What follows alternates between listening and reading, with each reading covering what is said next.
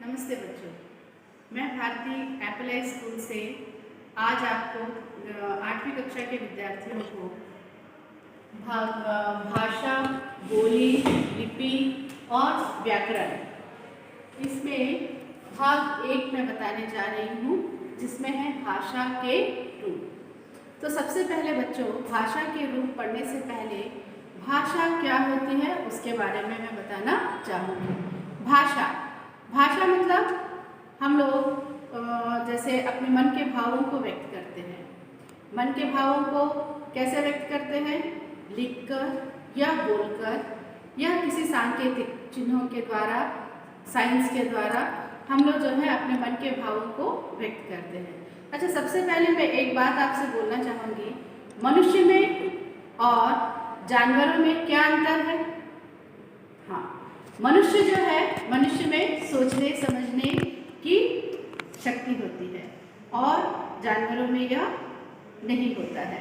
जो ज्ञान है उसकी कमी होती है।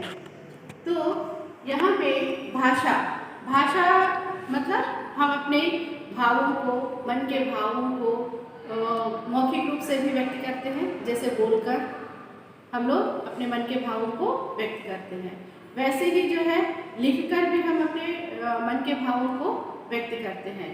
तो यहाँ पर तो भाषा मतलब क्या हुआ? भाषा का अगर हम लोग परिभाषा लेते हैं तो क्या हुआ?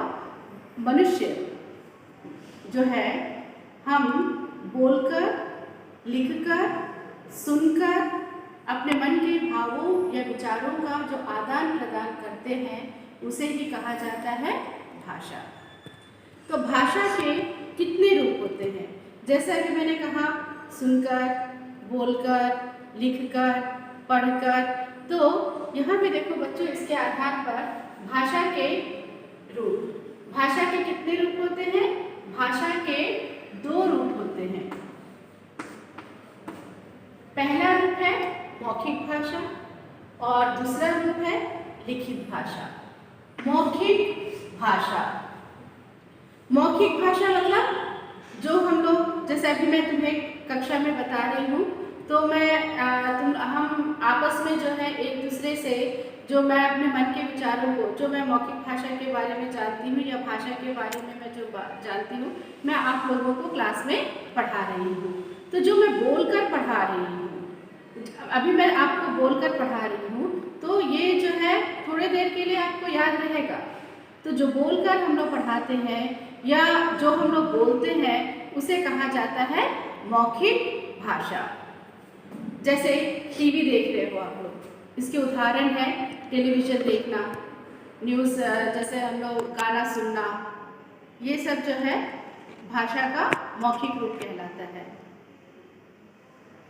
भाषा का मौखिक रूप कहलाता है। तो यहाँ पे इसका अर्थ हुआ कि इसका रूप जो है अस्थिर होता है।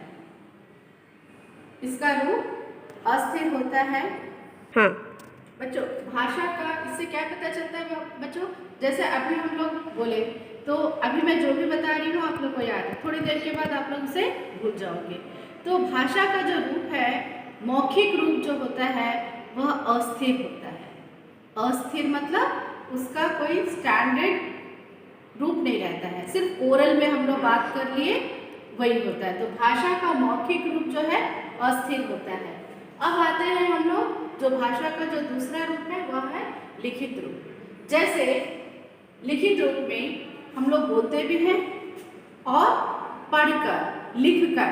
अभी जैसे अभी हम लोग ओरल बोल दिए, अभी तुम लोग को याद है, 2-4 दिन के बाद फिर पूछेंगे या 1 वीक के बाद या फिर बाद में 1 महीने के बाद पूछेंगे कि हमने क्या पढ़ा। तो थोड़ा बहुत किसी बच्चे को याद रहेगा, कोई बच्चा भूल जाएगा। लेकिन जो हम बोल रहे हैं, अगर हम उसको लिखित रूप में देते हैं, लिखित रूप में हम लोग कैसे लिखते हैं? क्लास में नोट्स लिखते हैं, वो क्या कहलाएगा? भाषा का लिखित रूप कहलाएगा। जैसे हम लोग कक्षा में किताब पढ़ रहे हैं, किताब लिखित रूप में दिया रहता है ना, हम लोग के जो लेसन्स है ये सब लिखित रूप में ही रहता है ना। तो पढ़ना, लिखना, ये सब क्या कहलाता है? भाषा का लिखित रूप होता है, वह स्थायी होता है। भाषा का लिखित रूप कैसा होता है बच्चों? भाषा का लिखित रूप स्थायी होता है, जिसे कभी भी अगर हम लोग फिर पलटा के देखते हैं तो हमारे पास वो डॉक्यूमेंटेशन रहता है। तो यहाँ पे हुआ भाषा के कितने रूप हुए? भाषा के 2 रूप हुए। पहला रूप क्या है? मौखिक भाषा। दूसरा रूप क्या है? लिखित भाषा। मौखिक भाषा मतलब क्या होता है? टेलीविजन देखना, रेडियो में गाना सुनना, ये सब जो है मौखिक रूप है। और लिखित भाषा क्या है? लिखित भाषा का रूप स्थायी होता है और जैसे हम लोग लिख रहे हैं, पढ़ रहे हैं, ये सब जो होता है भाषा का लिखित रूप कहलाता है।